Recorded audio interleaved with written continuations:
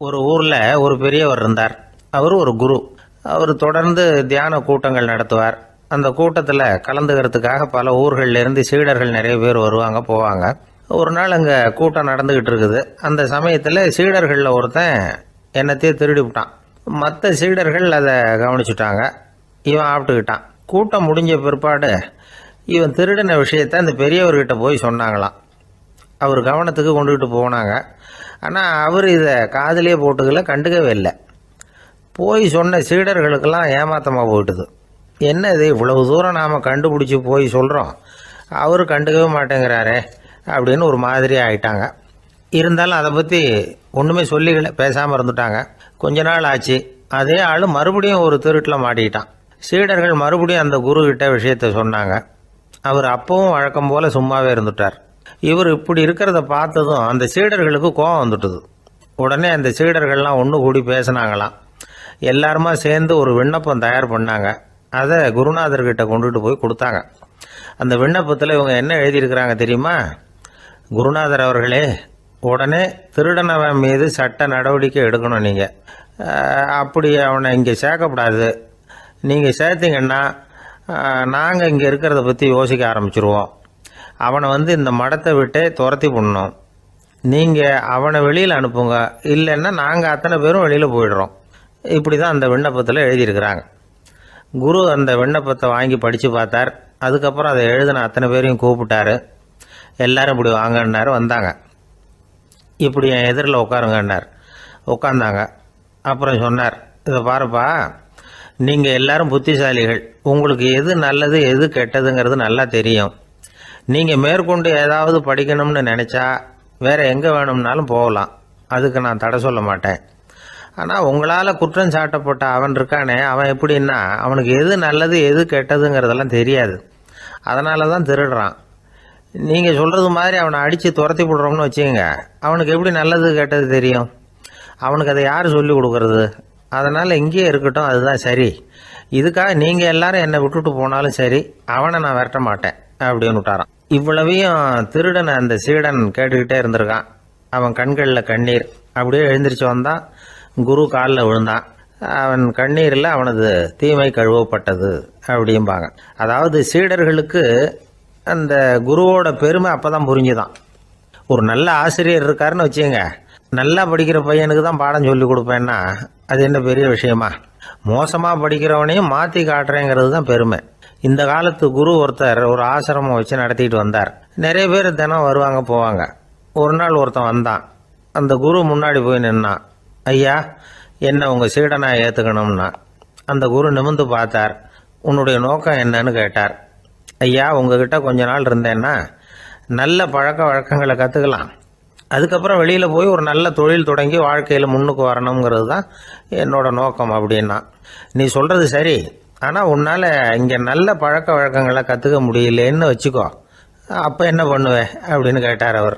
அப்படி ஆச்சுன்னா என்ன, உங்களை மாதிரியே ஒரு ஆசிரமம் ஆரம்பித்து அதுக்கு குருவாக இருந்துட்டு போகிறேன் அப்படின்னா. ஒரு ஊரில் ஒரு குரு இருந்தார். ஒரு நாள் அவரை தேடிட்டு ஒருத்தன் வந்தான். உனக்கு என்ன வேணும்னு கேட்டார் குரு. எனக்கு ஞான தெளிவு வேணும், அதுக்கு உங்க உபதேசம் எனக்கு தேவைன்னா. உபதேசம் வேணும்னா அதை பெற்றுக்கொள்ளுகிற அளவுக்கு தகுதி உள்ளவனா உன்னை தயார்படுத்திக்கணுமேன்னார்.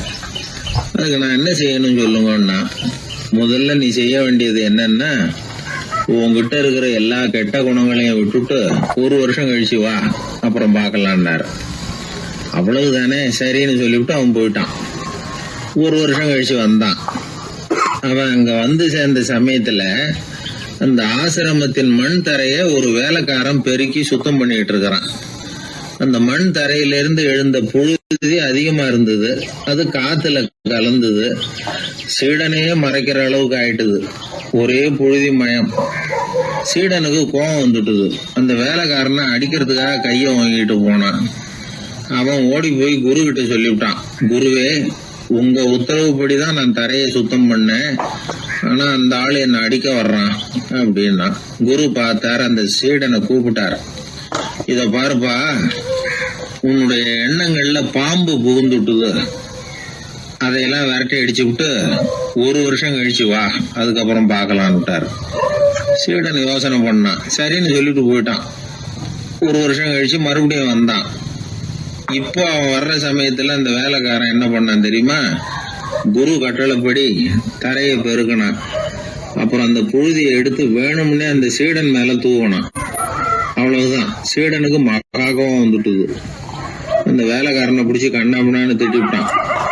வேலைக்காரன் குரு கிட்ட ஓடனான். ஐயா, அந்த ஆளு வாய்க்கு வந்தபடியெல்லாம் திட்டுறான் அப்படின்னா. குரு பார்த்தார். ஓ அப்படியா? அப்படின்னா இந்த தடவை பாம்புகள் கிடையாது, இப்போ அவன் இதயத்துக்குள்ள நுழைஞ்சிருக்கிறது நாய். அதை விரட்டி அடிச்சு விட்டு இன்னும் ஒரு வருஷம் கழிச்சு அவனை வர சொல், அப்புறம் பார்க்கலாம் அப்படின்னு சொல்லி அனுப்பி வச்சுட்டார். சீடன் திரும்பி போயிட்டான். ஒரு வருஷம் கழிச்சு மறுபடியும் வந்தான். இப்போ அவன் வர்றப்போ என்ன செய்யணுங்கிறத அந்த வேலைக்காரங்கிட்ட குரு ஏற்கனவே சொல்லி வச்சிருக்கிறார். அது பிரகாரமே அவன் பண்ணனான். அவன் என்ன செஞ்சான் தெரியுமா? கூட்டி பெருக்கின புழுதியை எல்லாம் ஒரு வாளி தண்ணியில போட்டு நல்லா கலக்கி அந்த சீடன் தலையில ஊத்தினான். இவ்வளவு செஞ்சும் இந்த தடவை அவனுக்கு கோபமே வரல. அதுக்கு பதிலா அவனை பார்த்து நன்றின்னா. எதுக்கு நன்றி தெரியுமா? எதையும் சகிச்சுக்கிட்டு அமைதியா இருக்கும் குணத்தை கற்றுக்கொள்வதற்கு உதவியா இருந்ததுக்காக அந்த வேலைக்காரனுக்கு நன்றி. இத கேள்விப்பட்ட உடனே அந்த குரு ஓடி வந்தார். இவனை கட்டி பிடிச்சுக்கிட்டார். இனிமே நான் உனக்கு உபதேசம் பண்ணலாம், அதுக்கான தகுதி உனக்கு வந்துட்டுதுன்னார். இதுல இருந்து என்ன தெரியுது? ஒருத்தர்கிட்ட உபதேசம் வாங்கணும்னா கூட அதுக்குன்னு ஒரு தகுதி நமக்கு தேவைப்படுது. சகிப்புத்தன்மை ஒவ்வொரு மனிதனுக்கும் தேவைதான். இந்த காலத்துல ஒரு குரு, அவரை தேடி ஒருத்தன் வந்தான். குரு அவனை நிமிர்ந்து பார்த்துட்டு சொன்னார், நீ முதல்ல சகிப்புத்தன்மைய வளர்த்துக்கிட்டு அதுக்கப்புறம் என்கிட்ட வாழ்னார். இவன் அவரை நிமிர்ந்து பார்த்துட்டு சொன்னான், குருவே, நான் உங்ககிட்ட வந்திருக்கிறதே சகிப்புத்தன்மைய வளர்த்துக்கிறதுக்காகத்தானே அப்படின்னு. நம்பிக்கை இல்லைன்னா இந்த உலகத்தில் நாம் நடமாடவே முடியாது. அவநம்பிக்கையோடு இருந்துக்கிட்டு இருந்தால் என்றைக்கும் அவஸ்தை தான். நாம் நம்புறது நடக்குதோ இல்லையோ அது வேற விஷயம். ஆனால் எதையும் நம்பி தான் நாம் அடி வைக்க வேண்டியிருக்கு. வேறு ஒன்றும் வேணாம், ஒரு லாட்ரி சீட்டு வாங்குகிறோம், அது எங்கே நமக்கு விழப்போகுது அப்படிங்கிற அவநம்பிக்கையோடவா வாங்குகிறோம்? பரிசு நமக்கு தான் அப்படிங்கிற நம்பிக்கை உள்ளூர இருக்கிறதுனால தான் அதை வாங்குகிறோம். இருந்தாலும் முடிவு வேறு மாதிரி ஆகிடுது. அதுக்காக மனசு சோர்ந்து போகிறதில்ல, அடுத்த மாதமும் சீட்டு வாங்குகிறோம். இந்த நம்பிக்கை தான் மனித வாழ்க்கைக்கு ஆதாரம். ஒரு கடையில் போய் டீ சாப்பிட்றீங்க, அந்த டீ நல்ல டீ தானா, அதில் விஷம் கலந்துருக்குமா அப்படிங்கிற சந்தேகம் வந்துட்டுதுன்னு வச்சுங்க. அதுக்கப்புறம் அதை எப்படி நீங்கள் சாப்பிட முடியும்? நம்பி தான் சாப்பிட்ணும். ரயில் ஒழுங்காக போய் சேருங்கிற நம்பிக்கை இருக்கிறதுனால தான் அதில் ஏறி உட்காடுறோம். லெட்டர் ஒழுங்காக போய் சேருங்கிற நம்பிக்கை இருக்கிறதுனால தான் பெட்டியில் போடுறோம். சரி, நம்ம கதையெல்லாம் நம்மளோட இருக்கட்டும். மனித நம்பிக்கை எந்த அளவுக்கு உறுதியாகவும் அறிவுபூர்வமாகவும் இருக்கணுங்கிறதுக்கு அலெக்சாண்டர் வாழ்க்கையில் நடந்த ஒரு சம்பவத்தை உதாரணமாக சொல்லலாம். இந்த உலகத்தையே ஜெயிக்கணும்னு புறப்பட்டார் அலெக்சாண்டர். ஒரு கட்டத்தில் அவர் சிட்னஸ் நதி கரைக்கு சேர்ந்தார். அந்த சமயத்தில் அவருக்கு கடுமையான நோய் வந்துட்டுது. அவர் கூடவே வந்திருந்த கிரேக்க வைத்தியர்கள் என்னென்னமோ முயற்சியெல்லாம் பண்ணி பார்த்தாங்க. இருந்தாலும் அலெக்சாண்டருக்கு வந்திருக்கிறது என்ன நோய்ங்கிறத அவங்களால கண்டுபிடிக்க முடியல. ஏன்னா அந்த பகுதியில் உள்ளவங்களுக்கு மட்டுமே அதிகமாக வரக்கூடிய ஒரு வினோதமான நோயாக இருந்தது அது. ஆனால் அவர் இருக்கிற இடம் எதிரியோட இடம், பாரசீக மன்னனோட ஆளுகைக்கு உட்பட்ட இடம். என்ன பண்ணுறது அப்படின்னு எல்லாரும் யோசனை பண்ணாங்க. பாரசீக மன்னனோட அரண்மனையில் இருக்கிற வைத்தியர் வந்தால் இந்த நோயை குணப்படுத்தி விடுவார் அப்படின்னு சொன்னாங்க. இருந்தாலும் எதிரியோட நாட்டில் இருக்கிற வைத்தியரை கூப்பிட்டு எப்படி நம்பி வைத்தியம் பார்க்க சொல்கிறது அப்படின்னு சொல்லி எல்லாரும் தயங்கினாங்க. ஆனால் அலெக்சாண்டர் தயங்கலை. பரவாயில்ல, அழைச்சிட்டு வாங்கன்னு விட்டார். உடனே அவரை போய் அழைச்சிட்டு வந்துட்டாங்க. அவர் வந்தார். அலெக்சாண்டர் உடம்பை பரிசோதனை பண்ணி பார்த்தார். சரி, இதை குணப்படுத்தி விடலாம், பயப்பட வேண்டியதில்லை. ஆனால் இதுக்கு ஒரு மூலிகை ரசம் தயார் பண்ணி கொடுக்கணும். நான் போய் அதை தயார் பண்ணிவிட்டு 2 நாளில் திரும்பி வந்துடுறேன் அப்படின்னு சொல்லிவிட்டு போனார் அந்த வைத்தியர். அதே மாதிரி 2 நாளில் திரும்பி வந்தார் மூலிகை ரசத்தோட. இதுக்கு இடையில் அலெக்சாண்டரோட தளபதிகளில் ஒருத்தர் ரகசியமாக ஒரு எச்சரிக்கை கடிதம் கொடுத்து அனுப்பியிருக்கிறான். அதை வாங்கி என்ன விஷயம்னு பார்த்தார். இப்போ உங்ககிட்ட வந்திருக்கிற எதிரி நாட்டு வைத்தியரை நம்பாதீங்க, அவன் கொண்டுகிட்டு வந்திருக்கிற மூலிகை ரசத்தில் விஷம் கலந்துருக்குது அப்படின்னு அதில் எழுதியிருக்கு. அதை பார்த்தார் அலெக்சாண்டர். இருந்தாலும் கொஞ்சம் கூட அலட்டிக்கல. வைத்தியர் கொடுத்த மருந்தை வாங்கி கடகடன்னு குடிச்சுட்டார். குடிச்சுட்டு அதுக்கப்புறம் அந்த கடிதத்தில் இருந்த விஷயத்தை அந்த வைத்தியர்கிட்ட சொன்னார். வைத்தியர் தகைச்சு போயிட்டார். தன் மேலே அலெக்சாண்டர் வச்சிருக்கிற நம்பிக்கையை பார்த்து அவருக்கு ரொம்ப வியப்பு. வைத்தியர் உண்மையிலேயே நல்ல மருந்து தான் கொண்டுட்டு வந்து கொடுத்துருக்கிறார். அதில் விஷம்லாம் எதுவும் கலக்கலை. அதுக்கப்புறம் அலெக்சாண்டர் அந்த வைத்தியரை பார்த்து சொன்னாராம், நம்பிக்கைங்கிற அச்சாணியை ஆதாரமாக வச்சுக்கிட்டு தான் இந்த உலகம் சுற்றிக்கிட்டு இருக்குது. எனக்கு எதிரியாக இருந்தாலும் பாரசீக மன்னர் ரொம்ப பெரியவர். அப்பேற்பட்ட மன்னருடைய அரண்மனை வைத்தியர் தொழில் நேர்மை இல்லாதவராக இருக்க மாட்டார். அப்படி இருந்தால் அவரை அரண்மனை வைத்தியராக வச்சிருக்கவே மாட்டாங்க அப்படின்னு நம்பினேன். என்னுடைய நம்பிக்கை வீண் போகலை அப்படின்னாராம். இதுதான் மானுட நம்பிக்கைங்கிறது. இந்த காலத்துலேயும் இது மாதிரி இந்த மானுட நம்பிக்கையை ரொம்பவும் சாமர்த்தியமாக கையாளுகிற கெட்டிக்காரங்க சில பேர் இருக்கிறாங்க. இந்த காலத்து குரு, அவருக்கு ஒரு சிஷ்யன். குரு முன்னாடி அந்த சிஷ்யன் ரொம்ப பணிவாக நின்று, குருவே, உங்கள் கையால் விஷத்தை கொடுத்தாலும் அதை வாங்கி மடமடன்னு குடிச்சிருவேன் அப்படின்னா. உன்னுடைய குரு பக்தியை மெச்சினேன் அப்படின்னார் குரு. அதுக்கு அந்த சிஷ்யன், அப்படி இல்லை குருவே, உங்ககிட்ட சிஷ்யனாக இருக்கிறத விட உங்கள் கையால் விஷத்தை வாங்கி குடிச்சு விடுறது ரொம்ப நல்லது, அதனால தான் அப்படி சொன்னேன் அப்படின்னா. அந்த ஆள் என்னை கண்ணா பண்ணான்னு திட்டி விட்டான் சார், அதை நினச்சா எனக்கு ரொம்ப வருத்தமாக இருக்குது அப்படின்னு சொல்லி கவலைப்பட்டார் ஒருத்தர். இதில் கவலைப்படுறதுக்கு என்ன இருக்குது அப்படின்னார் ஒரு பெரியவர்.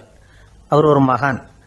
என்ன சார் இப்படி சொல்கிறீங்க, ஒருத்தர் நம்ம பார்த்து திட்டுனா வருத்தமாக இருக்காதா அப்படின்னார்.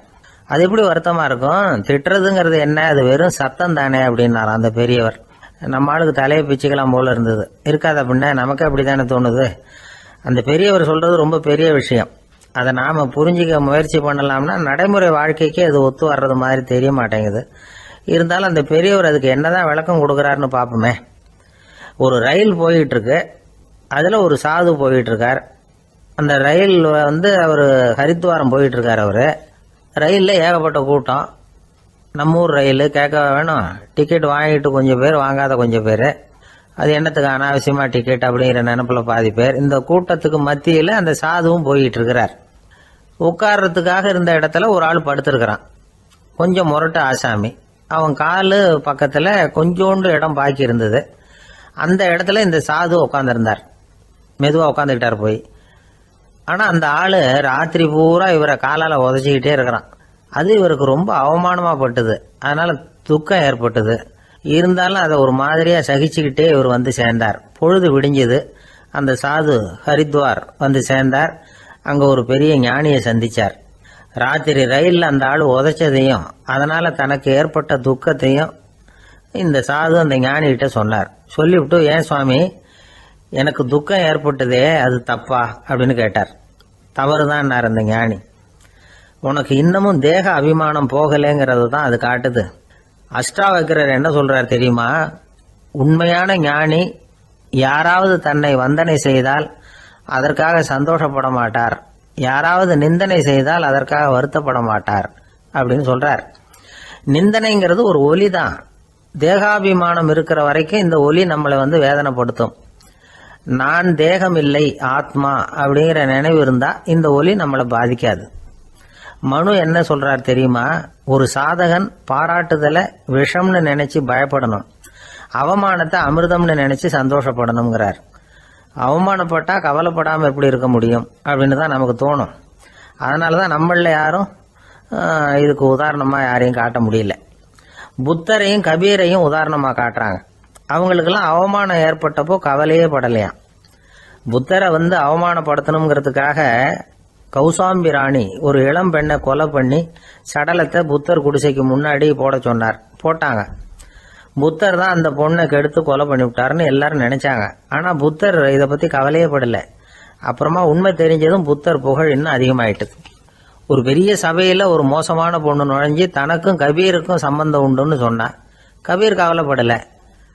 அவங்க மாதிரியெல்லாம் நாமளும் இருக்க கற்றுக்கணும். நிந்தனை, அபகீர்த்தி, அவமானம் எல்லாம் ஆண்டவன் கொடுக்கிற பிரசாதம்னு நினைக்கணும் அப்படின்னு சொல்றார் அந்த ஞானி. இதை கேட்ட இந்த காலத்து ஆசாமி ஒருத்தர், நான் கூட அப்படிதான் சார், யாராவது அவமானப்படுத்தினா கவலைப்பட மாட்டேன். நேற்று கூட ஒருத்தர் என்ன பலார்னு அரைஞ்சுட்டார், நான் கொஞ்சம் கூட கவலைப்படலை, பேசாமல் வந்துட்டேன்னார். ஏன் அப்படி வந்துட்டீங்க அப்படின்னு. அவர் அரைஞ்சதுலேயும் ஒரு அர்த்தம் இருந்தது, அதனால தான் அப்படி வந்துட்டேன்னார். ஏன் அரைஞ்சாருன்னு கேட்டேன். 10 வருஷத்துக்கு முன்னாடி 15 ரூபா அவர்கிட்ட கடன் வாங்கினேன். அதை கேட்டு கேட்டு பார்த்துட்டு கடைசியாக தான் அரைஞ்சார் அப்படின்னார்.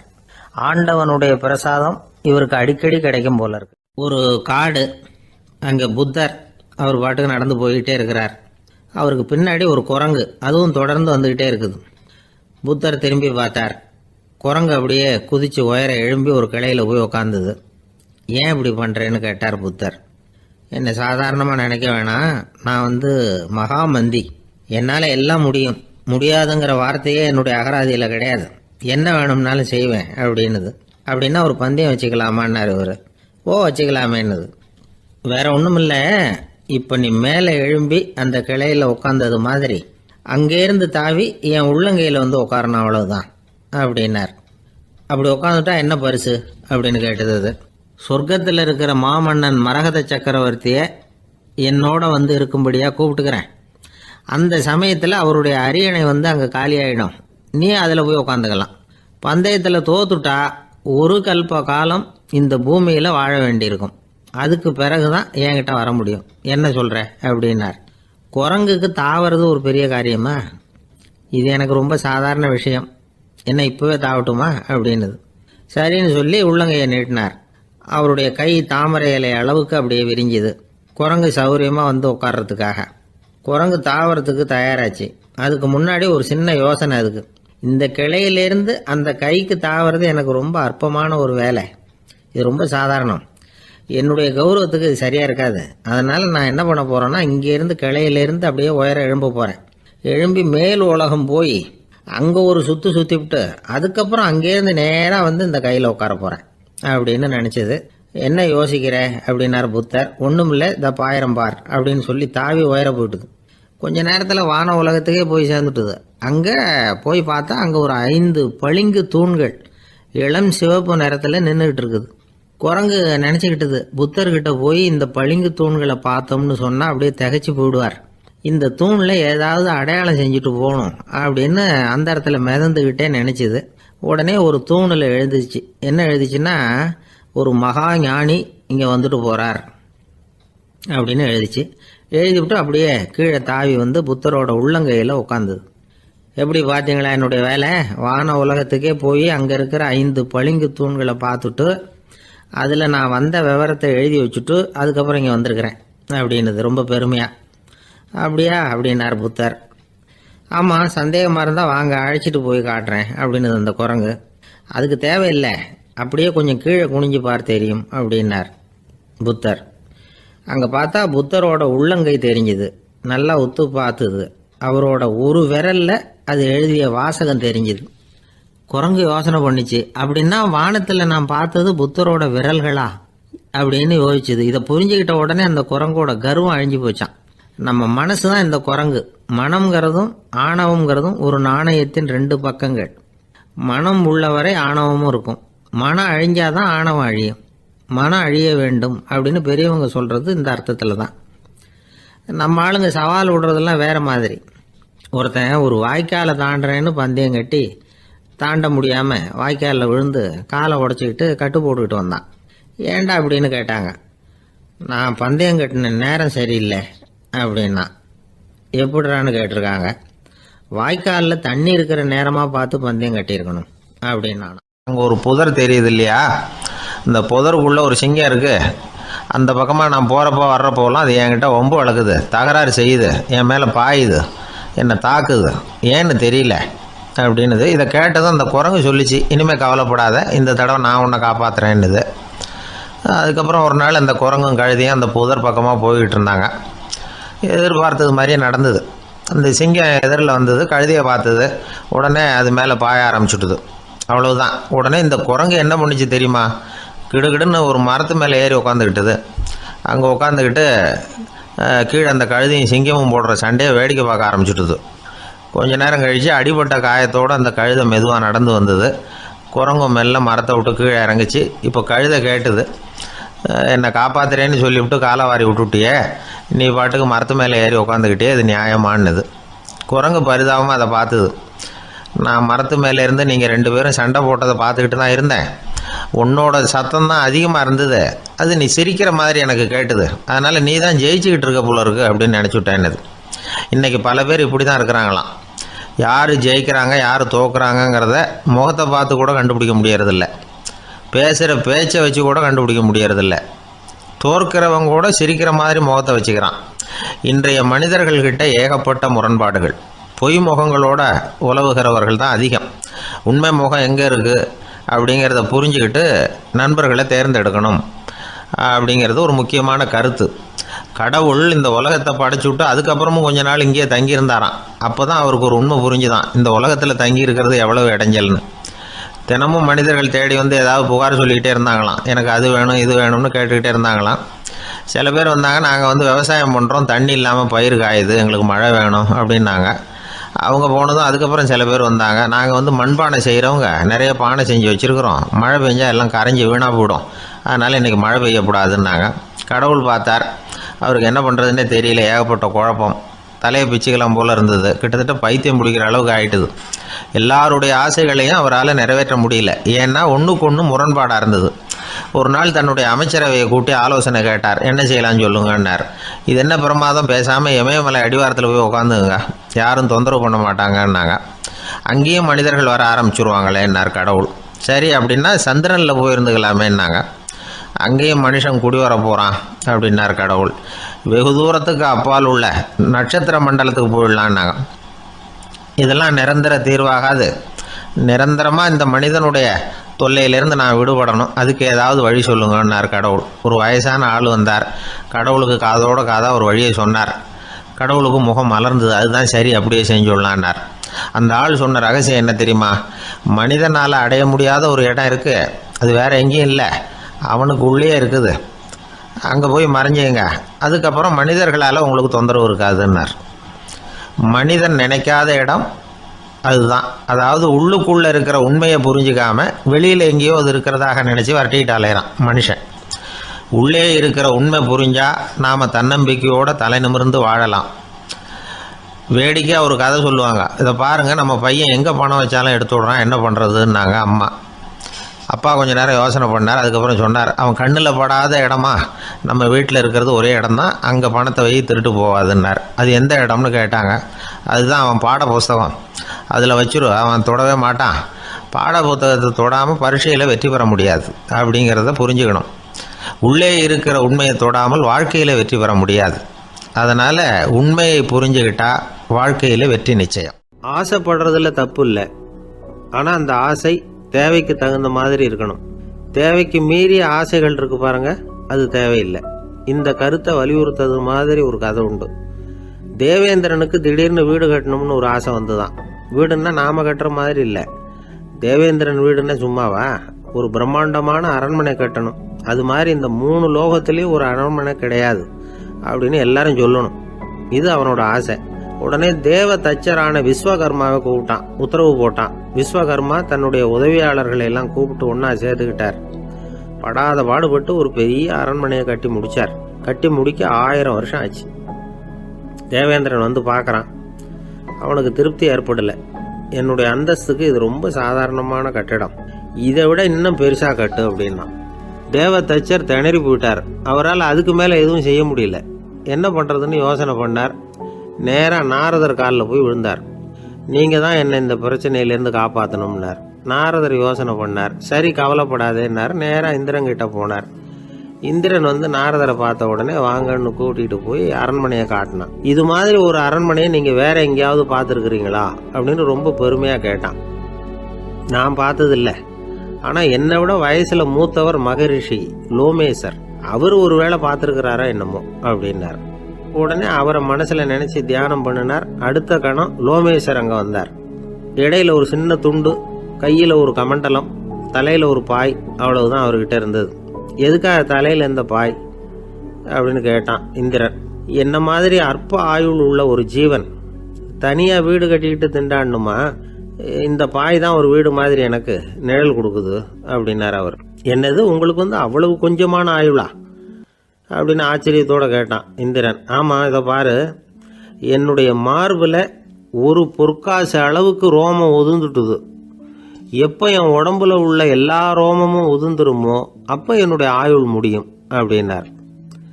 எப்போ அந்த ரோமங்கள் பூரா உதிரும்னு கேட்டான் இவன். ஒரு பிரம்மா மறைஞ்சதும் ஒரு ரோமம் உதிரும். என் உடம்புல உள்ள ரோமங்களின் எண்ணிக்கை எவ்வளவோ அவ்வளவு பிரம்மாக்கள் தோன்றி அவங்க ஆயுள் முடியும் பொழுது என் உடம்புல உள்ள ரோமங்கள் பூரா உதிரும் அப்படின்னார். அப்படின்னா ஒரு பிரம்மாவோட ஆயுள் எவ்வளவு காலம்னு கேட்டான். ஒரு பிரம்மாவுக்கு 100 தேவ வருஷம். ஒவ்வொரு தேவ வருஷத்துக்கும் 365 தேவ நாள். ஒவ்வொரு தேவ நாள்லையும் ஒன்ன மாதிரி 14 இந்திரர்கள் தோன்றி மறைகிறாங்க அப்படின்னு மகரிஷி லோமேசர் சொல்றார். இதை கேட்டதும் இந்திரன் ஆடி போயிட்டான். அவ்வளவு ஆயுள் உள்ள இவரே அற்ப ஆயுள்னு சொல்றார். நான் என்னுடைய ஆயுளை பெருசா நினைச்சுக்கிட்டு பிரம்மாண்டமான அரண்மனை கட்டணும்னு ஆசைப்படுறேனே அப்படின்னு நினைச்சான். எனக்கு வீடு கட்டின வரைக்கும் போதும்னு விட்டான். அதனால நாமெல்லாம் நம்முடைய தேவைக்கு தகுந்த மாதிரி ஆசைப்படுறது தான் நியாயம். ஆனால் அப்படியே நடந்துக்கிறோம். மனுஷன் கடவுளையே ஏமாத்தி காசு வாங்கறதுக்குள்ள ஆசைப்படுறான்.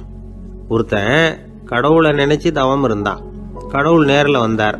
தேவலோகத்தில் ரூபாய்க்கெல்லாம் என்ன மதிப்புன்னு கேட்டான். அங்கெல்லாம் ரூபாய்ங்கிறது உங்கள் பணத்தில் 1 கோடி ரூபாய்க்கு சமம். அதாவது தேவலோகத்தில் 1 ரூபான்னா இங்கே 1 கோடி ரூபா. அது மாதிரி எங்களுக்கு ஒரு நாளுங்கிறது உங்கள் கணக்கில் 1 கோடி வருஷத்துக்கு சமம் அப்படின்னார் கடவுள். அப்படின்னா எனக்கு நீங்கள் அதிகமாக எதுவும் தர வேணாம், உங்கள் கணக்குப்படி ஒரே 1 ரூபா கொடுங்க, அது போதும்னா இவன் ரொம்ப சாமர்த்தியமா. கடவுள் யோசனை பண்ணார். அது ஒன்றும் கஷ்டம் இல்லை, 1 ரூபா தானே கேட்குற, கொடுத்துட்றேன். ஆனால் இப்போ வரும்பொழுது நான் எடுத்துக்கிட்டு வரல, எங்கள் கணக்குப்படியே 1 நாள் பொறுத்துக்க பணத்தோடு வந்துடுறேன் அப்படின்னு சொல்லிவிட்டு பறந்து போயிட்டார். வாய் விட்டு சிரிச்சா நோய் விட்டு போகும் அப்படின்னு சொல்கிறது உண்டு. அது என்ன வெறும் அலங்காரத்துக்காக சொன்ன வார்த்தையா, இல்லை அர்த்தத்தோடு சொன்ன வார்த்தையா அப்படின்னு யோசிச்சா அதில் நிஜமாவே அர்த்தம் இருக்குதுன்னு தான் தெரியுது. ஆதாரபூர்வமாக அதுக்கு சில நிரூபணங்களும் இருக்குது. நார்மன் கசின்ஸ் அப்படின்னு ஒருத்தர் இருந்தார். அவர் ஒரு அமெரிக்க பத்திரிகை ஆசிரியர். அவருக்கு ஏதோ ஒரு விதமான அழற்சி நோய், இன்ஃப்ளமேஷன் டிசீஸ். அது டாக்டர்கள்லாம் அதுக்கு என்ன விதமான வைத்தியமும் கிடையாது அப்படின்னு சொல்லி பல இதெல்லாம் பார்த்துட்டு கடைசியாக சொல்லிவிட்டாங்க அதுக்கு வைத்தியமே இல்லைன்ட்டாங்க. டாக்டர்கள் தான் சொல்லிவிட்டாங்களே, அதனால் இது இப்படியே இருந்துட்டு போகட்டும் அப்படின்னு விட்டுற வேண்டியது தானே. ஆனால் அவர் அப்படி நினைக்கல. உடனே அவர் என்ன பண்ணார்னா, ஆஸ்பத்திரி ரூமை காலி பண்ணார். ஹோட்டலில் போய் ஒரு ரூம் எடுத்துக்கிட்டார். அங்கே போனார். தினமும் அவருக்கு பிடிச்ச தமாஷான படங்களை எல்லாம் டிவியில் போட்டு பார்த்துக்கிட்டு இருந்தார். சிரிப்பு வரக்கூடிய புத்தகங்களை எல்லாம் படித்தார். கொஞ்ச நாள் ஆச்சு, அவருக்கு இருந்த தொந்தரவு குணமாக ஆரம்பிச்சிட்டுது. இதை கேள்விப்பட்ட உடனே பழைய டாக்டர்கள்லாம் ஓடி வந்தாங்க. ஓடி வந்து பார்க்குறாங்க. அவர் உடம்பை சோதனை பண்ணி பார்க்குறாங்க.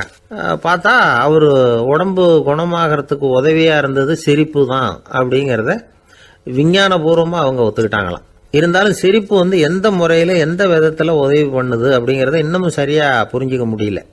ஆனாலும் ஒரு சில விஷயங்கள் மட்டும் புரியுது. அது என்னன்னா, சிரிப்பு சுவாசத்தை மேம்படுத்துது, ரத்த அழுத்தத்தை குறைக்குது, உடம்பு குணமாகறதுக்கே உரிய சில ஹார்மோன்கள் அதிகமாக உருவாக்கி வர்றதுக்கு வழி செய்யுது. இந்த அளவுக்கு தான் சிரிப்போட செயல்பாட்டை நாம் புரிஞ்சிக்க முடியுது. இருந்தாலும் இதை பற்றி கண்டுபிடிக்க வேண்டியது இன்னமும் ஏராளமாக இருக்குது. அதையெல்லாம் விவரமாக கண்டுபிடிக்கிற வரைக்கும் நாம் காத்துக்கிட்டு இருக்க வேண்டியதில்லை. இப்போவே தாராளமாக சிரிக்கலாம். அதில் என்னத்துக்கு சிக்கணும், காசா பணமா? சிரிப்புன்னா ஹாஹான்னு சத்தம் போட்டு சிரிச்சாதான் உடம்புக்கு நல்லதுன்னு இல்லை. லேசான புன்னகை கூட உடம்புக்கு நல்லது செய்யுமா. லேசாக புன்னகை பூத்தா அந்த சமயத்தில் நாம் எப்படி ஆகுது, நம்ம உடம்பு பூரா அமைதி அடையுதான். இதையும் ஆதாரபூர்வமாக கண்டுபிடிச்சி தான் சொல்கிறாங்க. எப்போவாவது மனசு சங்கடமாக இருக்கிறப்போ கொஞ்சம் முயற்சி பண்ணி முகத்தில் புன்னகையை கொண்டுகிட்டு வந்து பாருங்கள். அதோட சுகம் உங்களுக்கு அனுபவித்து பார்த்தா தான் தெரியும். கண்ணும் உதடும் மலரும் பொழுது இருக்கிற ஆனந்தமே ஆனந்தம் அப்படிங்கிறாங்க அனுபவித்து பார்த்தவங்க. வாழ்க்கையில் நாம் தமாஷா இருக்கணும்னா அதுக்கு சில வழிகளையும் அவங்க சொல்லி வச்சிருக்கிறாங்க. முதல்ல நீங்கள் உற்சாகமாக இருக்கிறவங்க கூடவே அதிகமாக பழகணும், அவங்க கூடவே அதிக நேரம் இருக்கிறது மாதிரி பார்த்துக்கணும். அழுது வடிகிறவங்க கிட்டேயே இருக்கக்கூடாது, அவங்கள அவாய்டு பண்ணுங்க, அவங்கள விட்டு விலகி வந்துடுங்க. உங்கள் முன்னாடி இருக்கிறவர் எப்பவும் மூஞ்சியை தொங்க போட்டுக்கிட்டே இருக்கிறவராக இருந்தால் கொஞ்ச நாளில் உங்கள் முகமும் அப்படியே ஆகிடுமா, ஜாக்கிரதையாக இருக்கணுமா. ரெண்டாவது, எடுத்ததுக்கெல்லாம் சீரியஸ் ஆகிடக்கூடாது, எதையும் நிதானமாக யோசிக்கணும். அடுத்தவங்க நம்மளை மதிக்கணுங்கிறதுக்காக நாம் பகட்டாக நடந்துக்கிறதுக்கு ஆசைப்படக்கூடாது. உங்களுக்கு பிடிச்ச தமாஷான வீடியோ படங்கள், புத்தகங்கள் இதையெல்லாம் லிஸ்ட்டு போட்டுக்கிட்டு முடிஞ்ச அளவுக்கு வாங்கி சேர்த்து வீட்டுக்குள்ளேயே ஒரு லைப்ரரி உண்டாக்கிக்கலாம். ஒரு பெரிய பிஸ்னஸ் மேன் ரொம்ப வெற்றிகரமாக பிஸ்னஸ் பண்ணுறவராம். அவர் எப்படின்னா அடிக்கடி ரயிலில் பிரயாணம் பண்ணுறப்போ நியூஸ் பேப்பரை வச்சுக்கிட்டு ரொம்ப சுவாரஸ்யமாக படிச்சுக்கிட்டே போகிறான்.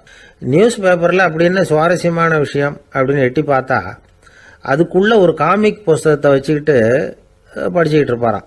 என்னங்க அப்படின்னு கேட்டால், என் மனசு லேசாக இருக்கிறதுக்கு இது ரொம்ப உதவியாக இருக்குது அப்படின்பாரான். அது ஒரு பக்கம் இருக்கட்டும். சிரிப்புன்னா எல்லா விதமான தமாஷும் உடம்புக்கு நல்லதுன்னு நினச்சிடக்கூடாதான். ஜேம்ஸ் கரோல் அப்படிங்கிற அமெரிக்க உளவியல் நிபுணர் என்ன சொல்றார் தெரியுமா? அடுத்தவங்களை குறை சொல்றது, கேலி பண்றது, நையாண்டி பண்றது, இது மாதிரியான நகைச்சுவையெல்லாம் நல்லது செய்யறது இல்லைங்கிறார் அவர். அடுத்தவங்களை தொந்தரவு பண்ணாத ஜோக்குகள் தான் எப்பவும் நல்லது. யாராவது ஜோக்கு சொன்னால் தாராளமாக சிரிக்கணும். ஒருத்தர் வந்தார், இன்னொருத்தரை கூட அழைச்சிக்கிட்டு வந்து என்கிட்ட காட்டினார். அவர் தன்னுடைய முகத்தை ரொம்ப சீரியஸாக வச்சுக்கிட்டு இருந்தார். என்னங்க விஷயம் அப்படின்னு விசாரித்தோம். வந்தவர் எங்களை பார்த்து சொன்னார், சார், இவர் கூட ஒரு பெரிய ப்ராப்ளம்னார். என்னன்னு, ஏதாவது ஒரு ஜோக்கு சொன்னால் உடனே சத்தம் போட்டு சிரிக்க ஆரம்பிச்சுடுறார் சார் அப்படின்னார். ஜோக்கை கேட்டுட்டு சிரிக்க ஆரம்பித்தா அது ப்ராப்ளம் இல்லையே அப்படின்னு சொன்னோம். சிரிக்க ஆரம்பிக்கிறது ப்ராப்ளம் இல்லை சார், ஆனால் அப்படி ஆரம்பிக்கிற சிரிப்பை அதுக்கப்புறம் நிறுத்தவே மாட்டேங்கிறார். நாள் கணக்கில் அது பாட்டு போயிட்டு இருக்கு, அதுதான் ப்ராப்ளம் அப்படின்னார் அவர். இந்த காலத்து புள்ள ஒருத்தன் தன்னோட அப்பாவை பார்த்து சொன்னான், அப்பா, நான் உனக்கு உதவி செய்யலாம்னு நினைக்கிறேன், என்ன உதவி செய்யணும்னு சொல்லு அப்படின்னா. நீ சும்மா இருந்தால் அதுவே எனக்கு செய்கிற பெரிய உதவிடா அப்படின்னார் அப்பா. சும்மா இருக்கிறதும் ஒரு உதவி தான், அது மாதிரி மௌனமும் ஒரு சமூக சேவை தான் அப்படிங்கிறார் காஞ்சி பெரியவர். நமக்கு 5 புலன்கள் இருக்குது, மெய், வாய், கண், மூக்கு, செவி. இந்த 5லேயும் அதிகப்படியான வேலை எதுக்குன்னு நினைக்கிறீங்க? வாய்க்கு தான். ஏன்னா அதுக்கு 2 வேலை. இப்போ கண்ணுக்கு பார்க்குறது மட்டும்தான் வேலை, காதுக்கு கேட்குறது மட்டும்தான் வேலை, மூக்குக்கு வாசனை அறியறது தான் வேலை, உடம்புக்கு உணர்றது மட்டும்தான் வேலை. ஆனால் வாய் அப்படி இல்லை, அதுக்கு 2 வேலை. சாப்பிட்றதும் அதுதான், பேசுகிறதும் அதுதான். அதாவது வாய் ஒன்று தான் கர்மேந்திரியமாகவும் இருக்குது, ஞானேந்திரியமாகவும் இருக்குது அப்படின்னு சொல்லுவாங்க. சாப்பாட்டில் உட்காந்தா எந்தெந்த ஆகாரம் என்னென்ன ருசின்னு அறிவிக்கிற வேலையும் செய்யுது. சபையில் உட்காந்தா பாடுறது, பேசுறது, சிரிக்கிறது, இது மாதிரியான வேலையும் செய்யுது. இன்னொரு வித்தியாசம், கண்ணு, காது, மூக்கெல்லாம் ஸ்ட்ரெயின் பண்ணிக்கிட்டு வேலை செய்கிறதில்ல. ஒரு ரோஜா பூவை பார்த்தா உடனே மூக்கு அப்படியும் இப்படியும் அசைய ஆரம்பிக்கிறதில்ல. ஒரு சங்கீதத்தை கேட்ட உடனே காது ஆட ஆரம்பிக்காது. ஆனால் வாய் அப்படி இல்லை, அது பேசினாலும் சரி சாப்பிட்டாலும் சரி அசைஞ்சு தான் ஆகணும். ஆக மற்றதை விட வாய்க்கு வேலை ஜாஸ்தின்னு தெரியுது. சாப்பிட்றது, பேசுறது அப்படின்னு 2 காரியம் அதுக்கு. இப்படி 2 காரியம் இருக்கிறதுனால அது 2ஐயும் பாதியாக குறைச்சிக்கணுங்கிறது கடவுள் அபிப்பிராயமாக இருக்கணும் அப்படிங்கிறார் காஞ்சி பெரியவர். ஆனால் இப்போ நாம் அப்படியே நடந்துக்கிறோம், அதுக்கு நேர்மாறாக நடந்துக்கிறோம். நாம் சாப்பிட்றதும் அதிகம், பேசுகிறதும் அதிகம், 2 வேலையையும் தேவைக்கு அதிகமாகவே செய்கிறோம். வாய் தான் ரொம்ப ஓவர் ஒர்க்குடு. அதுக்கு ஓய்வு கொடுத்தா உடம்பும் நல்லாயிருக்கும், உலகமும் நல்லாயிருக்கும். மௌன விரதம் இருக்கிறதெல்லாம் எதுக்காக நினைக்கிறீங்க? இதுக்காக தான். இந்த காலத்தில் மௌனமாக இருக்கிறவங்கெல்லாம் மகத்தான தொண்டு செய்கிறாங்க அப்படின்னு தான் சொல்லணும். சத்தம் அதிகமாக போய் தான் சவுண்டு பொல்யூஷன் வருது. அது மட்டும் இல்லை, மௌனமாக இருந்தால் சண்டை சச்சரவே வராது. மௌனம் கலக நாஸ்தி. ஆக இதுவும் ஒரு சமூக சேவை தான். நமக்கு தான் வாய் இருக்குதுங்கிறதுக்காக வசமாக சாப்பிட்றதும் தப்பு, வளவளன்னு பேசுகிறதும் தப்பு. ஒரு கருத்தை சொல்கிறதுக்கு ஒரே ஒரு சொல்லு போதும் அப்படின்னு இருக்கும்பொழுது 2 சொற்களை செலவு பண்ணாதே. எவ்வளவு சொன்னாலும் அதனால் ஒரு பயனும் விளையாது அப்படின்னு தெரிய வருமேயானால் அந்த ஒரு சொல்லையும் விரயம் பண்ணாதே அப்படிங்கிறார் ஒரு அறிஞர். எல்லா குணங்கள்லேயும் மௌனம்தான் சிறந்தது அப்படிங்கிறார் ஒருத்தர். மௌனமாக இருக்கிறது மூலமாக மற்றவர்கள் குறைகளை நம்மளால் தெரிஞ்சிக்க முடியும். அதே சமயத்தில் நம்மக்கிட்ட இருக்கிற குறைகளை மற்றவங்களுக்கு தெரியாமல் மறைச்சிக்கவும் முடியுங்கிறார் அவர். உண்மைதானே? ஒரு பெரிய மேடை பேச்சாளர், பொது வாழ்க்கையில் 25 வருஷ காலமாக ஈடுபட்டிருக்கிறவர். அவர் மனைவி ஒரு நாள் சொன்னாங்க, எங்கள் வீட்டுக்காரர் 25 வருஷ காலமாக பொது வாழ்வில் ஈடுபட்டிருந்தா கூட இந்த மாதம் 10ஆம் தேதியிலேருந்து தான் மக்களுக்கு சேவை செய்ய ஆரம்பிச்சிருக்கார் அப்படின்னு நாங்கள் ரொம்ப பெருமையாக. 10ஆம் தேதிக்கு அப்படி என்ன விசேஷம் அப்படின்னு கேட்டோம். அன்னையிலேருந்து தான் அவர் மேடையில் பேசுகிறத நிறுத்தினார் அப்படின்னாங்க அந்த அம்மா. ஒரு காட்டில் ஒரு நரி இருந்தது. ஒரு நாள் காலை நேரம் அது தன்னுடைய இருப்பிடத்திலிருந்து வெளியில் வந்தது. கொஞ்சம் தூரம் நடந்து வந்தது. அப்போ தான் அது தன்னோட நிழலை கவனித்து பார்த்தது. பார்த்தா அது ரொம்ப நீளமாக பெருசாக இருக்குது. காலை நேரத்தில் நிழல் அப்படி தானே இருக்கும். ஆனால் அந்த நரிக்கு அந்த விஷயம் தெரியல. தன்னுடைய நீண்ட பெரிய நிழலை பார்த்து ஆச்சரியப்பட்டது. ஆஹா, நாம இவ்வளவு பெருசாவா இருக்கிறோம் அப்படின்னா என்னுடைய காலை சாப்பாட்டுக்கு ஒரு யானை இல்லைன்னா ஒரு ஒட்டகம் கிடைச்சாதான் சரியா இருக்கும் போல இருக்கு அப்படின்னு முடிவு பண்ணிட்டுது. உடனே ஒரு யானை அல்லது ஒட்டகத்தை தேடி அலைஞ்சுது, எங்க கிடைக்கும்னு. கிடைக்கவே இல்லை. மத்தியானம் 12 மணி ஆயிட்டுது. பசியோடு அலையுது. இப்ப தன்னோட நிழலை பார்த்தது. அது மத்தியான நிழல் எப்படி இருக்கும், அது ரொம்பவும் குறுகி போய் தெரிஞ்சுது. உடனே அந்த நரி என்ன நினைச்சுக்கிட்டு தான் தெரியுமா, காலை ஆகாரம் சாப்பிடாததுனால நம்ம உடம்பு இப்படி அழிச்சு போட்டுதே அப்படின்னு நினைச்சுக்கிட்டு தான். கொஞ்ச நேரம் கழிச்சு மறுபடியும் தன்னுடைய நிழலை பார்க்குது. அது இன்னமும் குறுகி போய் காலடியிலேயே வந்துட்டுது. அதுக்கு பயமா போயிடுது. ஐயோ, இன்னும் கொஞ்ச நேரத்துல நாம இறந்துருவோம் போல இருக்க. இப்ப என்ன செய்யறது? இந்த சமயத்துல ஒரு எறும்பு கிடைச்சா கூட போதும், அதை நம்ம காலை ஆகாரமா நினைச்சு சாப்பிட்டுள்ளாமே அப்படின்னு நினைச்சுதான். நம்முடைய நிழல் கூட நம்மள மாதிரியே தான் அடிக்கடி மாறிக்கிட்டே தான் இருக்குது. அது எப்பவும் ஒரே மாதிரி இருக்கிறது இல்ல. மனிதனுக்கு ஏற்படுகிற தன்முனைப்பு இருக்கு பாருங்க, ஈகோ, அது கூட ஒரு நிழல் மாதிரி தானா.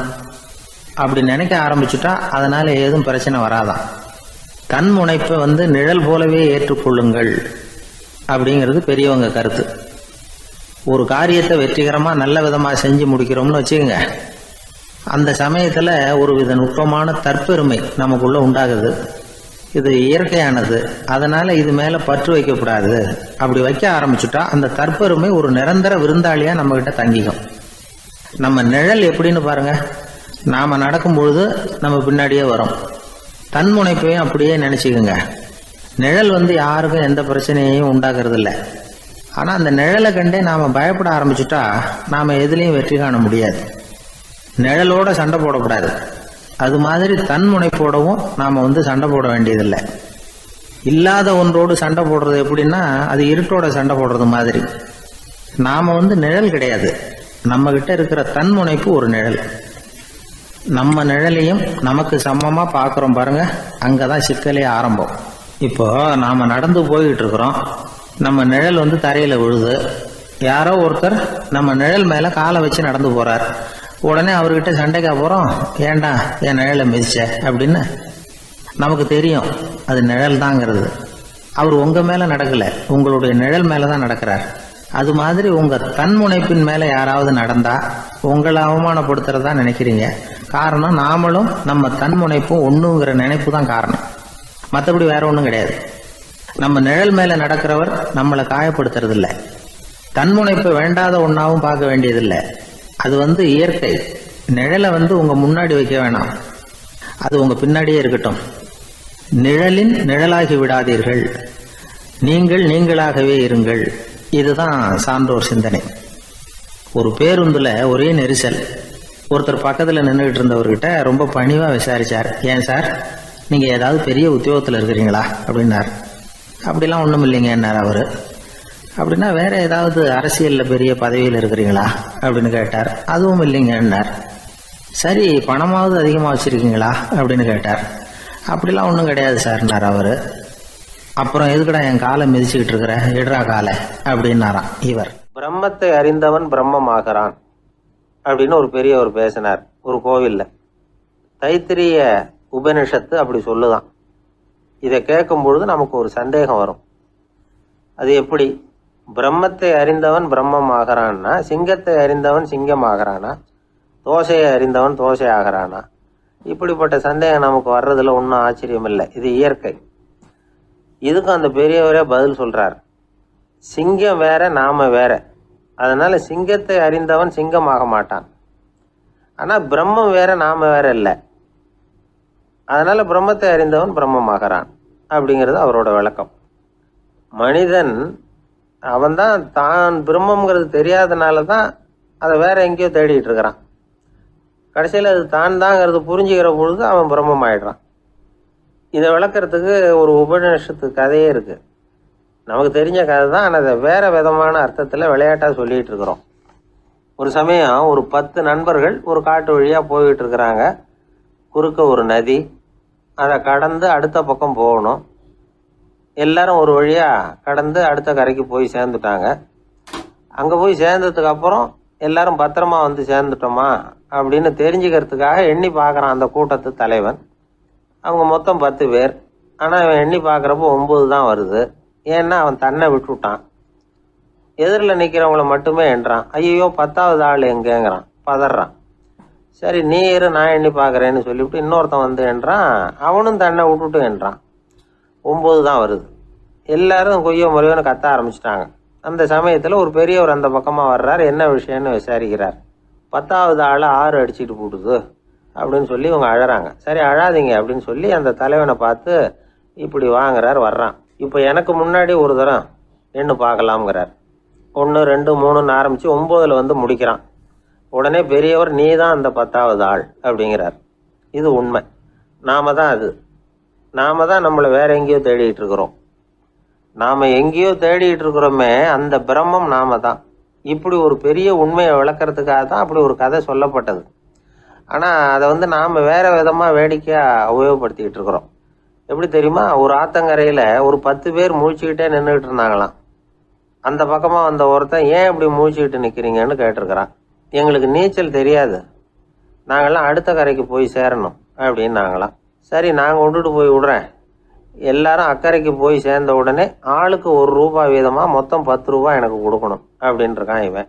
சரின்னு ஒத்துக்கிட்டாங்க. இவன் ஒவ்வொருத்தராக கையை பிடிச்சி மெதுவாக ஆற்றுல இறக்கி அழைச்சிட்டு போயிட்டான். 9 பேரை கரை சேர்த்துட்டான். 10வது ஆள் பாதி ஆற்றுல போயிட்டு இருக்கிறப்போ திடீர்னு வெள்ளம் வந்துட்டுது. புடி நழுவி போச்சு. கையை விட்டுட்டான். வெள்ளம் அடிச்சுட்டு போட்டுது. அழைச்சிட்டு வந்தவன் நீச்சல் அடித்து தட்டு தடுமாறி கரைக்கு வந்து சேர்ந்துட்டான். கரையில் இருந்தவங்களுக்கு இந்த விஷயம் தெரியாது. இருந்தாலும் இவன் உடம்பு பூரா நனைஞ்சி கொஞ்சம் அதிகமாக மூச்சு வாங்க நின்றுக்கிட்டு இருந்தானா. ஏங்க ஏன் இப்படி மூச்சு வாங்குது, என்ன விஷயம் அப்படின்னு கேட்டாங்களாம். அதுக்கு இவன் கொஞ்சமாக அலட்டிக்காம சொன்னானா, வேற ஒன்றும் இல்லை, நீங்கள் கொடுக்க வேண்டிய ₹10ல் ₹1 குறைஞ்சி போச்சு அவ்வளவுதான் அப்படின்னா. ஒரே ஒரு ஊரில் ஒரு ராஜா இருந்தார். ரொம்ப நல்லவர். ஒரு நாள் அரண்மனையில் விசாரணை நடந்துகிட்டு இருக்குது. அதில் ஒரு வழக்கு. ஒரு விவசாயி வந்து புகார் கொடுக்குறார். என்ன புகார்னா, அவர் வயலில் ஆடுகள் வந்து மேய்ஞ்சி பயிரை அழிச்சுட்டுது. நிறைய உழைச்சி செலவு பண்ணி பயிரை உண்டாக்கி வச்சுருந்தேன், எல்லாம் போயிட்டுது. இனிமேல் நான் என்ன செய்யறது, நீங்கள் தான் சரியான தீர்ப்பு வழங்கணும் அப்படின்னார் அந்த விவசாயி. அந்த ஆடுகளுக்கு சொந்தக்காரர் யாருன்னு கண்டுபிடிச்சி அரண்மனைக்கு அழைச்சிட்டு வாங்கன்னு உத்தரவு போட்டார் ராஜா. சேவகர்கள் போனாங்க, ஆளை கண்டுபிடிச்சாங்க, கூப்பிட்டுக்கிட்டு அரண்மனைக்கு வந்துட்டாங்க. ராஜா விசாரணை பண்ணார். அப்புறம் விசாரித்து முடிச்சுவிட்டு தீர்ப்பு வழங்கினார். இந்த விவசாயி அடைந்திருக்கிற இழப்புக்கு ஈடாக உன்னுடைய ஆடுகளை அவங்ககிட்ட கொடுத்துட வேண்டியது அப்படின்னு சொல்லிவிட்டார். உன்கிட்ட இருக்கிற ஆடு பூரா அவன்கிட்ட கொடுத்துரு, அந்த ஆட்டுனால ஏற்பட்ட இழப்பு சரியாக போகட்டும் அப்படின்னு தீர்ப்பு வழங்கிட்டார். அந்த மன்னருடைய மகன் இதை பார்த்துக்கிட்டே உட்காந்துருந்தான். இந்த தீர்ப்பை இன்னும் கூட சிறப்பாக வழங்கலாமே அப்படின்னு நினைச்சான். அப்பா கிட்ட சொன்னான். உடனே அந்த அரசர், சரி நீயே இதுக்கு சரியான தீர்ப்பு சொல்லு அப்படின்னார். அந்த இளவரசன் தீர்ப்பு சொல்றான். அவன் சொன்ன தீர்ப்பு என்னன்னா, உங்ககிட்ட இருக்கிற ஆடுகள் எல்லாத்தையும் 1 வருஷ காலத்துக்கு அந்த விவசாயிகிட்ட ஒப்படைச்சிட வேண்டியது. அந்த 1 வருஷத்துக்குள்ள அந்த ஆடுகள் போடுற குட்டிகள், பால், எரு எல்லாம் விவசாயி எடுத்துக்க வேண்டியது. 1 வருஷத்துக்கு அப்புறம் உங்களுடைய ஆடுகளை நீங்களே திருப்பி வாங்கிக்க வேண்டியது. இதுதான் இளவரசன் சொன்ன தீர்ப்பு. இது சரியான தீர்ப்பு தான். இனிமே என்னுடைய அரச பொறுப்புகளை இளவரசர் வசம் ஒப்படைக்கிறேன் அப்படின்னு சொல்லி ஒப்படைச்சுட்டாராம். அதாவது தாவூத் நபி, சுலைமான் நபி இவர்களுடைய சரித்திரத்தில் இந்த சம்பவம் காணப்படுறதாக ஒரு நண்பர் சொன்னார். ஒரு தண்டனையை பெறுகிறவன் அதுக்கு பிறகு சமூகத்தில் நல்ல விதமாக வாழறதுக்கு வாய்ப்பு இருக்கிறது மாதிரி அமையணும் தீர்ப்பு. அதுக்கு இது ஒரு உதாரணம். சில தீர்ப்புகள் எப்படி அமைஞ்சு விடுதுன்னா, ஒரு தண்டனை அனுபவித்து முடித்தவன் அதுக்கப்புறம் அவன் இந்த சமூகத்தில் நல்லவனாக வாழறதுக்கு நினைச்சா கூட அதுக்கு தகுதி இல்லாதவன் அப்படிங்கிற அளவுக்கு சூழ்நிலை அமைஞ்சிருது. இது சிந்திக்க வேண்டிய ஒரு செய்தி. இன்னொரு ஊரில் ஒரு ராஜா இருந்தார். அவர் ஒரு நாள் ஒரு போட்டி வச்சார். என்ன போட்டின்னா, அரண்மனை வாசலில் ஒரு பெரிய நீச்சல் குளம், அதில் நிறைய விஷப்பாம்புகள். எந்த இளைஞன் துணிச்சலாக அதில் நீச்சல் குளத்தில் குதிச்சு நீந்தி கரையேறி வர்றானோ அவனுக்கு 100 ஏக்கர் நிலம் பரிசாக வழங்கப்படும். அது வேணாம்னா 1000 ஆடுகள் பரிசாக வழங்கப்படும். அதுவும் வேணான்னா என்னுடைய மகளை வந்து கல்யாணம் பண்ணிக்கலாம். இதுதான் மன்னருடைய அறிவிப்பு. பரிசுலாம் நல்லா தான் இருக்குது. இருந்தாலும் பாம்புகள் உள்ள குளம்ங்கிறது நல்லா இல்லையே, அதனால் யாரும் அதில் குதித்து நீஞ்சறதுக்கு முன் வரல. இருந்தாலும் திடீர்னு ஒரு இளைஞன் அந்த நீச்சல் குளத்தில் குதிச்சான். நீந்தனா ஒரு வழியாக கரையேறி வந்துட்டான். மன்னருக்கு ரொம்ப மகிழ்ச்சி. நீ தான் தைரியமான இளைஞன், வா இப்படின்னு கூப்பிட்டார். கிட்ட வந்தான். அந்த இளைஞன் தண்ணீர் சொட்ட சொட்ட வந்து நிற்கிறான். சரி, உனக்கு 100 ஏக்கர் நிலம் வேணுமான்னு கேட்குறார். வேண்டாங்கிறான். சரி, அப்படின்னா 1000 ஆடுகள் வேணுமான்னு கேட்குறார். அதுவும் வேணாங்கிறான். ஓ, அப்படின்னா என் பொண்ணை கல்யாணம் பண்ணிக்கிறியா அப்படின்னு கேட்குறாரு. அதுவும் வேணாங்கிறான். ராஜாவுக்கு ஒன்றும் புரியல. அப்படின்னா உனக்கு என்னதான் வேணும் அப்படிங்கிறார். என்னை பிடிச்சி இந்த குளத்துல தள்ளி விட்டவன் யாருங்கிறது எனக்கு தெரியணும் அப்படின்னா. ஒரு இளைஞன், வசதியான குடும்பம், அவனுக்கு வாழ்க்கையில நிம்மதி இல்ல, வாழவே பிடிக்கல, எல்லாம் வெறுத்து போச்சு. என்ன பண்ணலாம்னு யோசனை பண்ணான். ஒரு குருவை தேடிட்டு போனான். அவர்கிட்ட தான் வந்த விவரத்தை சொல்லி ஏதாவது வழி சொல்லுங்க சுவாமின்னு கேட்டான். அவரு பார்த்தார்.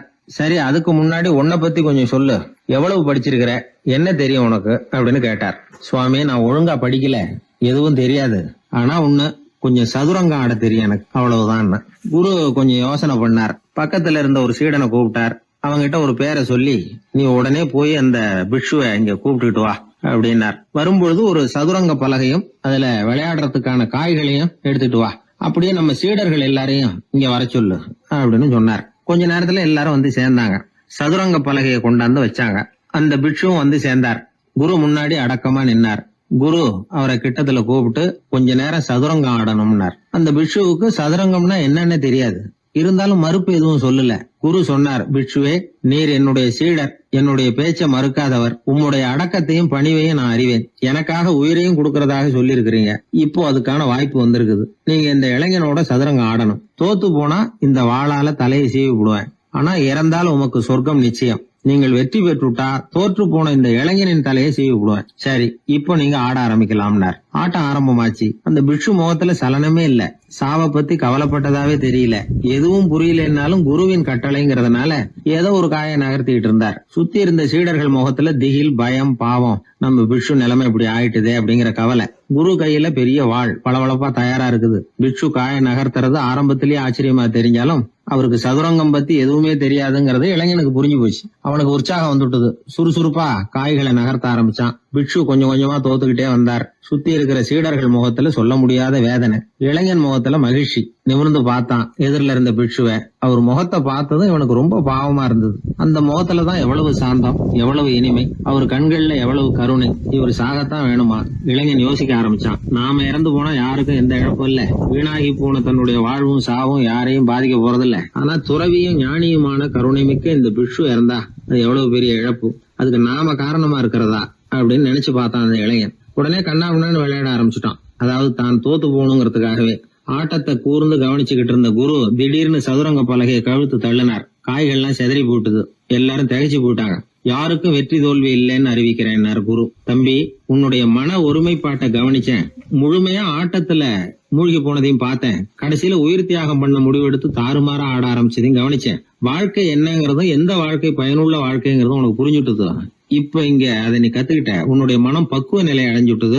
தியாகம் உன்னுடைய இதயத்துல குடி வந்துட்டுது. அது எங்க இருந்தாலும் நல்லதுதான். உனக்குள்ள இருந்துதான் அந்த தியாகம் வந்திருக்கு. அதை நீ அடையாளம் கண்டுபிடிச்சுக்கிட்ட. நீ இனிமே கொஞ்ச காலம் இங்கேயே இருந்துட்டு போகலாம். உன்னுடைய வாழ்வு பயனுள்ள வாழ்வா மாறும் அப்படின்னு சொல்லி அந்த குரு ஆசீர்வாதம் பண்ணார்.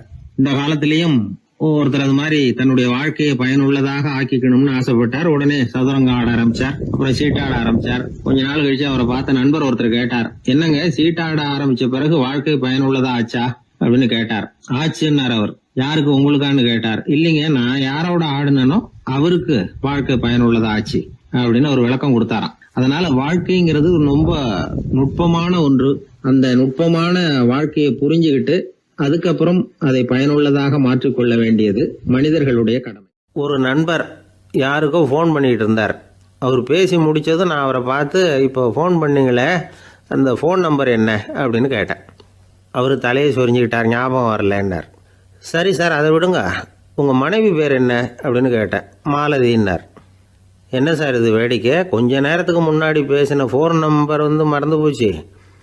எப்போவோ கல்யாணம் பண்ணிக்கிட்ட மனைவி பேர் மறக்கலை, அதை கரெக்டாக சொல்லிவிட்டீங்களே அப்படின்னு கேட்டேன். அவர் என்ன ஒரு மாதிரியாக பார்த்தார். அவர் அப்படி என்னை பார்த்ததில் ஒன்றும் தப்பு இல்லை. ஏன்னா நாம் எல்லாருமே அப்படித்தானே. ஒரு குறிப்பிட்ட காரியத்துக்காக தொலைபேசியில் ஒருத்தட்ட பேசுகிறோம். அதுக்கப்புறம் அந்த எண் நமக்கு அனாவசியம், அதனால் மறந்துடுறோம். இதுக்கு பேர் தான் தற்காலிக ஞாபகம். ஆனால் மனைவி பேரை மறந்துட முடியுமா? முடியாது. அது அவசியமான ஒன்று. அடிக்கடி அந்த பேரை உபயோகப்படுத்துகிறோம். அதனாலேயும் அது முக்கியங்கிறதுனாலேயும் அதை மறக்கிறது இல்லை. இதுக்கு பேர் நிரந்தர ஞாபகம். சரி, இந்த தற்காலிக ஞாபகம், நிரந்தர ஞாபகம், இது 2 ஞாபக அளவுகளையும் கட்டுப்படுத்துறது எது அப்படின்னா மூளைக்குள்ளே நடக்கிற மின்சார நடவடிக்கைகள் தான். தற்காலிக ஞாபகம் ஒரு மின்னல் மாதிரி தோன்றி மறையுது. நிரந்தர ஞாபகம் ஒரு படிவம் போல மூளையில் படிஞ்சுடுது. ஒரு சம்பவத்தின் பல பிரதிகள் மூளையில் பல்வேறு பகுதிகளிலேயும் படிகிறதுனால ஒன்று மறைஞ்சாலும் இன்னொன்று மறையறதில்ல. இப்படிப்பட்ட நிலைமையில தான் இந்த தொண்டையில் இருக்கு, வாயில் வரமாட்டேங்குது சார் அப்படிமா. ஒருத்தருக்கு எந்த துறையில் ஆர்வமும் ஈடுபாடும் அதிகமோ அது சம்பந்தமான ஞாபக சக்தி அதிகமாக இருக்கும். தொழிலை விரும்புகிற ஒரு டெலிஃபோன் ஆப்ரேட்டருக்கு எண்கள்லாம் நல்ல ஞாபகம் இருக்கும். அது மாதிரி கவிஞர்களுக்கு வார்த்தைகள் நல்ல ஞாபகத்தில் இருக்கும். இது ஒரு பக்கம் இருந்தாலும் ஒரு மூளை எண்களை விட எழுத்துக்களை விட படங்களை ரொம்ப சுலபமாக ஞாபகத்தில் வச்சுக்குது.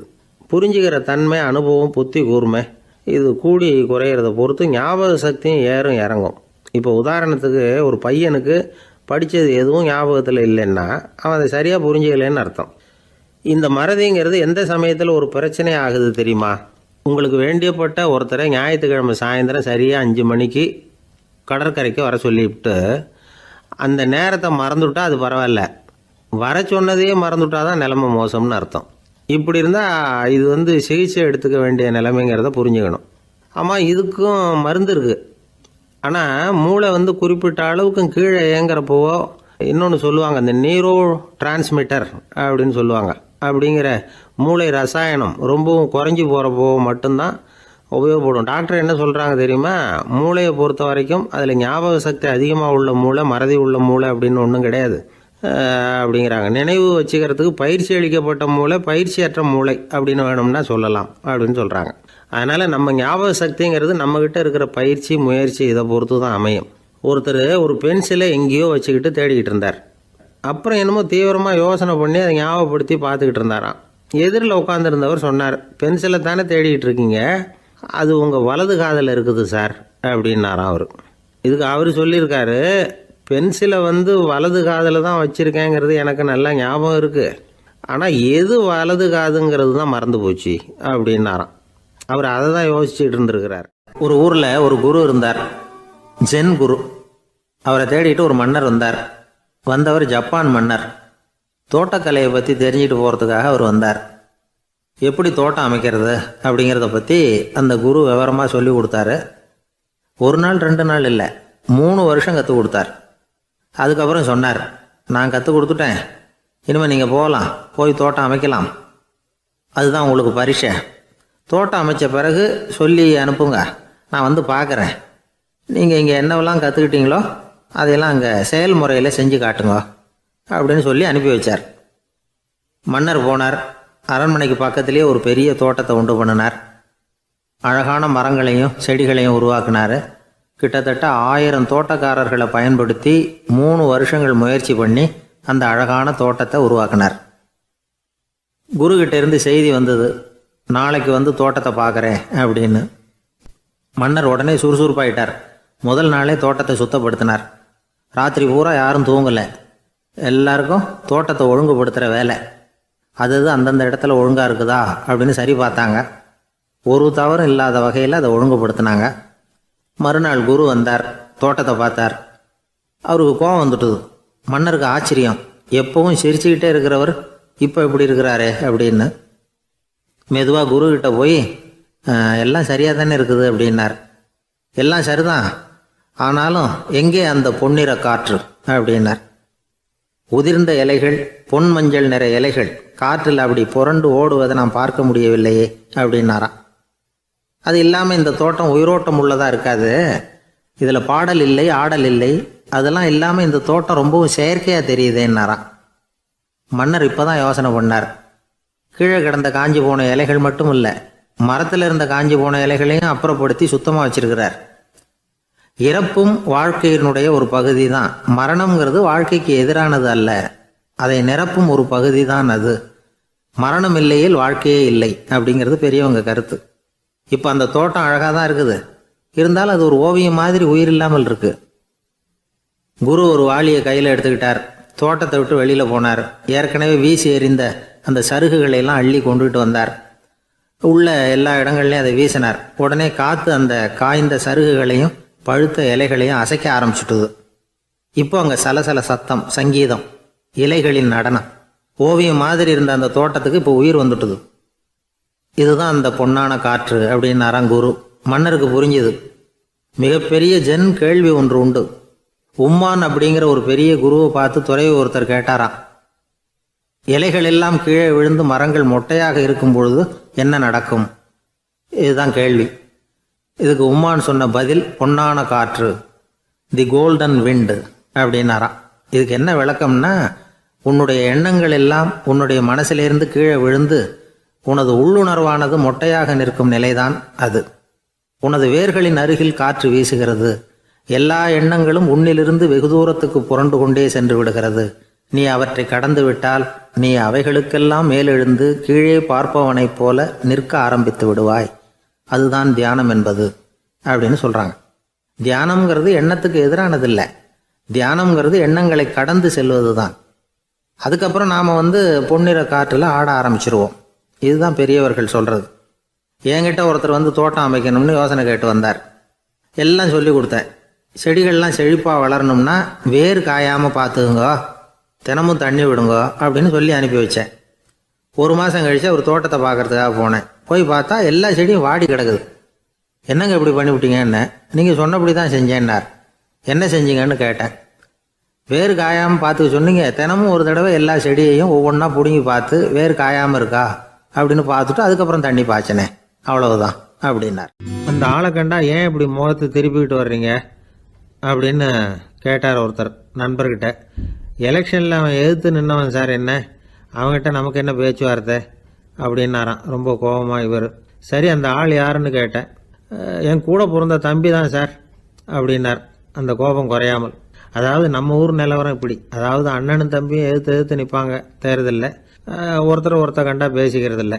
ஆனால் இங்கிலாந்தில் எப்படி தெரியுமா, அங்கே ஒரே மேடையில் போட்டி போடுற 2 வேட்பாளர்களும் பேசுவாங்களாம், பட்டிமன்றம் மாதிரி.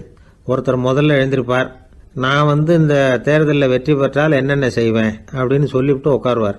அதுக்கப்புறம் அடுத்தவர் எழுந்திருப்பார், அவர் சொல்லுவார், நான் வெற்றி பெற்றால் இந்த மக்களுக்கு என்னென்ன செய்வேன், இந்த நாட்டுக்கு என்னென்ன செய்வேன் அப்படிங்கிறத சொல்லிவிட்டு உட்காருவார். 2 பேரும் ஒரே மேடையில் பேசுவாங்க. மக்கள் 2 பேர் பேச்சையும் கேட்டுக்கிட்டு ஒரு முடிவுக்கு வருவாங்க. இதுதான் அங்கே உள்ள பழக்கம். இங்கே அப்படி இல்லை. இங்கே ஒருத்தர் பார்த்தாவே முகத்தை திருப்பிக்கிறது. ஒரு தடவை இது மாதிரி ஒரு கூட்டம் நடந்துகிட்டு இருக்கு அங்கே வெளிநாட்டில் தான். நேரத்துக்கு சரியாக ஒரு வேட்பாளர் சேரல. இது இங்கிலாந்தில் நடந்த நிகழ்ச்சி. அப்புறம் என்னாச்சுன்னா, ஒருத்தர் வந்துட்டாரு, இன்னொருத்தர் சேரல. அப்புறம் உடனே அந்த ஒருத்தர் வந்தவர் பேச ஆரம்பிச்சிட்டார். அதாவது அந்த இன்னொருத்தர் சார்பாகவே பேசிட்டாராம். அதாவது அவர் வரல, நான் அவர் சார்பாக நான் பேசிடுறேன். அதாவது அவர் ஜெயிச்சுட்டா அவர் என்னென்ன செய்வார் இந்த நாட்டுக்கு அப்படின்னு சொல்லி அவர் பக்கத்தில் உள்ள நியாயத்தை எடுத்து இவரே சொல்லிட்டாராம். இப்படிலாம் அங்கே நடந்துதான். இது எப்பேற்பட்ட தேர்தல் பண்பாடு பாருங்க. அதனால இன்னொரு விஷயம், இப்போ இங்கிலாந்துலாம் ஓட்டு கேட்குறப்ப வெற்றியா தோல்வியாங்கிறத ஓரளவுக்கு யூகிச்சுடலாமா. இப்போ ஒரு வேட்பாளர் ஒரு வீட்டுக்கு முன்னாடி போய் நின்று எனக்கு ஓட்டு போடுங்கன்னு கேட்குறாருன்னு வச்சுங்களேன், அதுக்கு என்ன பார்த்து செய்கிறோம், போயிட்டு வாங்க அப்படின்னு சில வீடுகளில் வாசலில் நின்னே சொல்லி அனுப்பிச்சிருவாங்களாம். வேற சில வீடுகளில் எப்படின்னா, வேட்பாளரை வீட்டுக்குள்ளே கூப்பிட்டு காபி சாப்பிட சொல்லி உபசரித்து அதுக்கப்புறம் அனுப்பி வைக்கிறது வழக்கமா. இதில் எந்த வீட்டு ஓட்டு நிச்சயம் தெரியுமா? வாசலில் நின்னே வழி அனுப்பி வச்சுடுறாங்க பாருங்க, அவங்க ஓட்டு நிச்சயம். உள்ளே கூப்பிட்டு காப்பி கொடுத்து அனுப்புகிறாங்க பாருங்க, அவங்க ஓட்டு நிச்சயம் இல்லையா. சரி, அப்புறம் ஏன் அந்த உபசரிப்பு அப்படின்னு கேட்டால் அதுக்கு ஒரு காரணத்தை சொல்கிறாங்க. அதாவது அது ஒரு அனுதாபத்தை தெரிவிக்கிற முறையா. ஐயோ பாவம், நாம் இவருக்கு ஓட்டு தான் போட போகிறதில்ல, எதையாவது செய்வோம், காப்பியாவது சாப்பிட்டு போட்டோம் அப்படிங்கிற எண்ணமா. இப்படி அந்த ஒரு பழக்கம். ஆக அந்த ஊரில் நிறைய காப்பி சாப்பிடணும்னு ஒருத்தர் ஆசைப்பட்டால் தேர்தலில் தோற்று போகிறதுக்கு தயாராக இருக்கணும். ஒரு சமயம் ஒரு ஊரில் தேர்தல் நடந்துதான். ஒரு தொகுதியில் நின்று தோற்று போன ஒருத்தர் கையில் ஒரு துப்பாக்கியோட ஊருக்குள்ளே சுற்றிக்கிட்டு இருந்தாராம்.